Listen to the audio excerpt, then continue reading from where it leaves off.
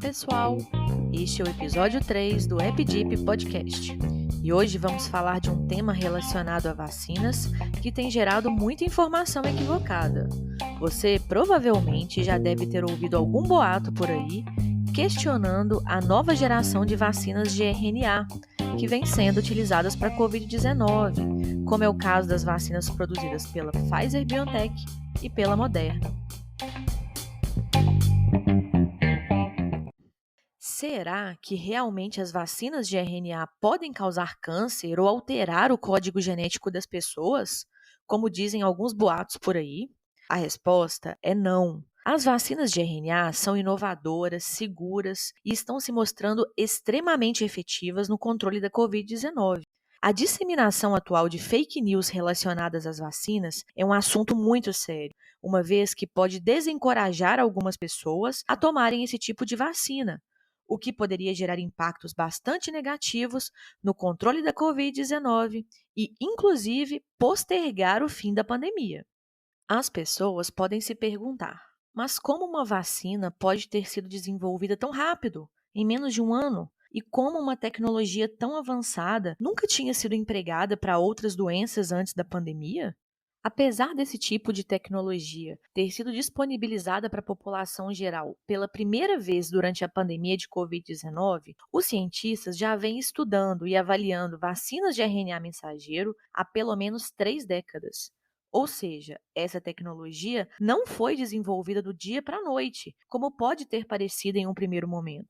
Além disso, vários estudos já estavam avançados no sentido de desenvolver vacinas de RNA mensageiro para outras doenças, como para a gripe e para a Zika, por exemplo.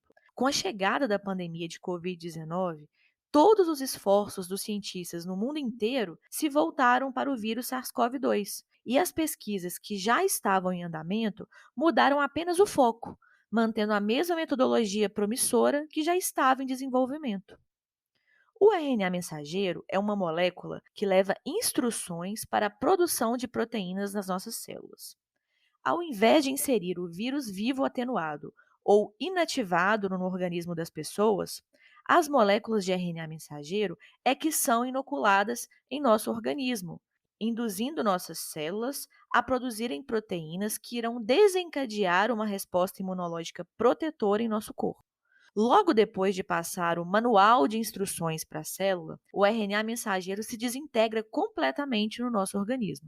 No caso da Covid-19, as vacinas de RNA mensageiro carregam uma parte do código genético do vírus SARS-CoV-2 que contém as instruções para que as nossas células produzam parte de uma proteína viral, a proteína S ou spike, que é essencial para o vírus conseguir penetrar nas nossas células. Quando o nosso corpo identifica a proteína spike, que ele mesmo produziu, como algo invasor, começa a produção de anticorpos e a ativação de células chamadas linfócitos T, que estarão prontos para nos defender em uma possível infecção futura pelo vírus SARS-CoV-2. Dessa forma, a vacina de RNA mensageiro simula o que ocorre no organismo de uma pessoa infectada, mas sem necessidade de ter qualquer tipo de contato com o vírus. Para produzir uma vacina tradicional com vírus inativado, é preciso isolar o vírus, cultivá-lo em laboratório, inativá-lo e purificá-lo. E, posteriormente, assegurar que a inativação do vírus foi efetiva. Já as vacinas de RNA mensageiro são produzidas por síntese química, com base no código genético do vírus e podem ser produzidas com bastante agilidade em larga escala. Inclusive, nem é necessário ter uma amostra do vírus propriamente dito. Apenas com os dados do sequenciamento do código genético do vírus, o RNA mensageiro já pode ser sintetizado em laboratório.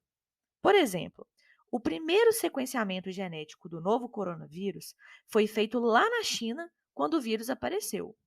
No dia seguinte à divulgação dos resultados do sequenciamento lá na China, as moléculas de RNA que seriam testadas como vacina já começaram a ser produzidas lá nos Estados Unidos, sem necessidade de se cultivar nem manipular partículas virais.